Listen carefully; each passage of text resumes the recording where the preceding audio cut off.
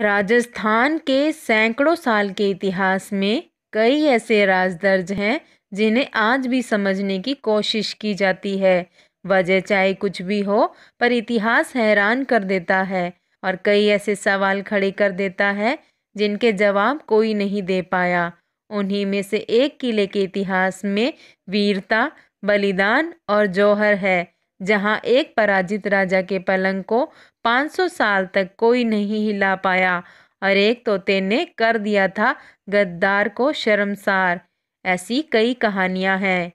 नमस्कार दोस्तों, आप देख रहे हैं हिस्ट्री एंड मिस्ट्री और आज हम 3 परकोटे वाले और जल से घिरे हुए बिना नींव के बने भारत के एकमात्र दुर्ग, जिसका नाम है गागरोन का किला, जो कि राजस्थान के झालावाड़ में है, के बारे में बताएंगे।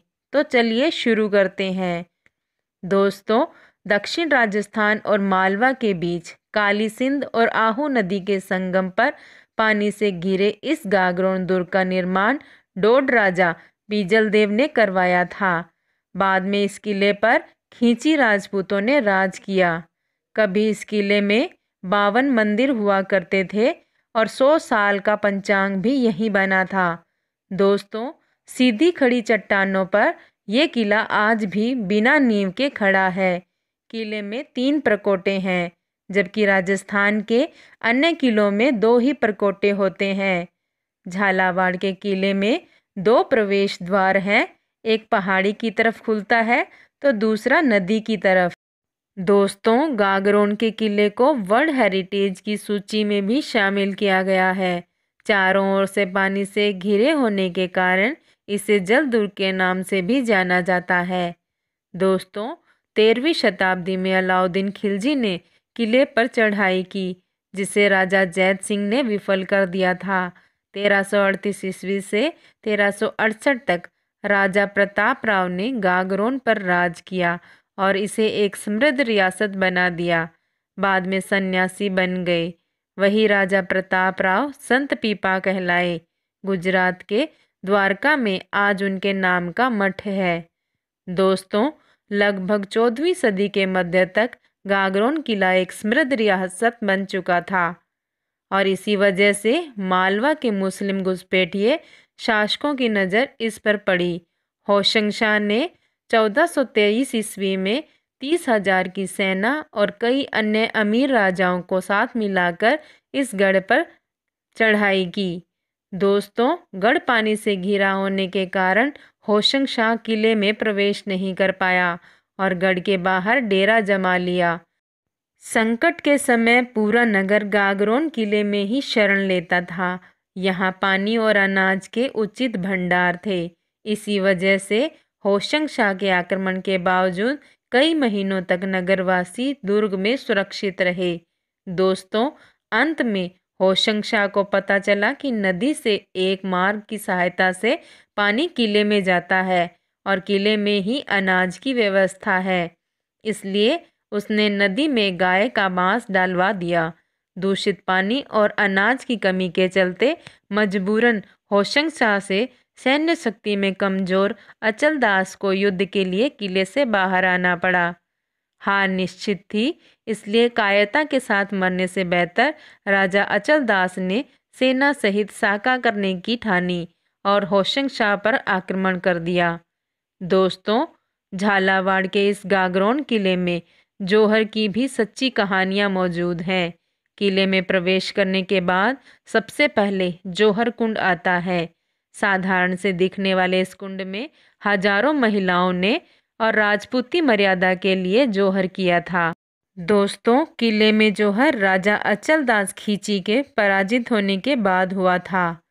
राजा अचल दास खींची का विवाह मेवाड़ की राजकुमारी लाला कंवर और बीकानेर की राजकुमारी कौमुदी से हुआ था।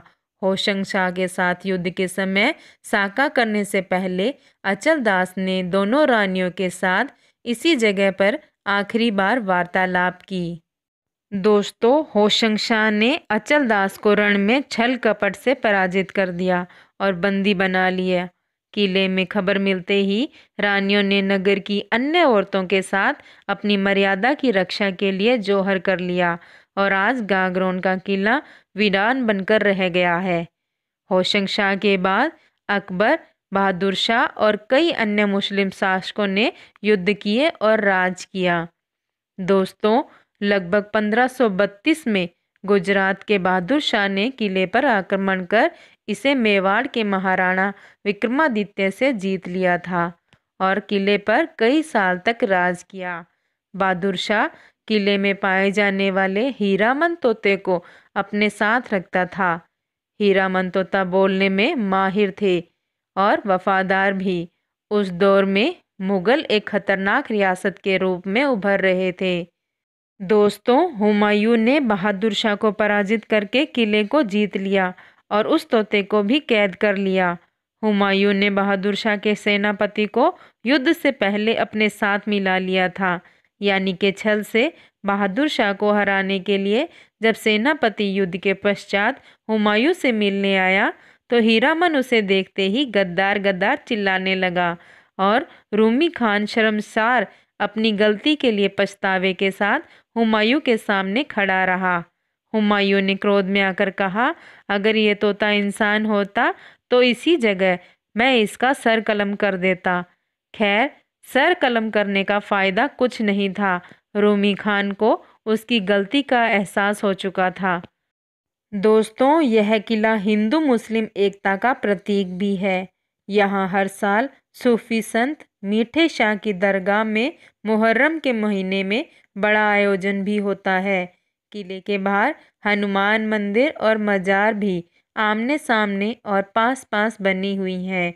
इसके अलावा किले में संत पीपा का मठ भी है।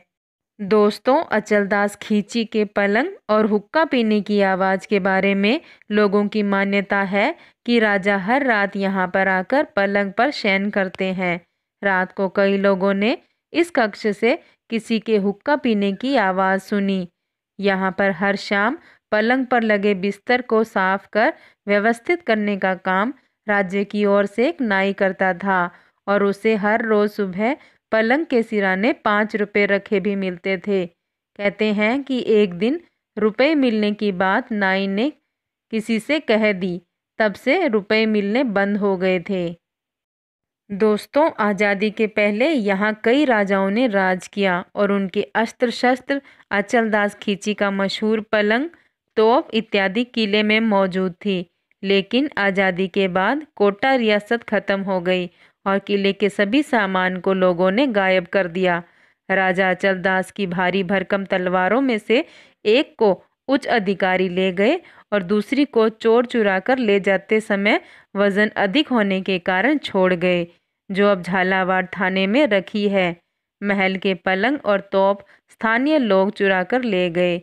महल में बचा है तो केवल इतिहास बोलती दीवारें और कुछ राजपूती मुगल कलाएं। तो दोस्तों, आज के लिए बस इतना ही। अगर आपको मेरी वीडियो पसंद आई है तो लाइक करें, शेयर करें और मेरे चैनल को ज़रूर से सब्सक्राइब करें।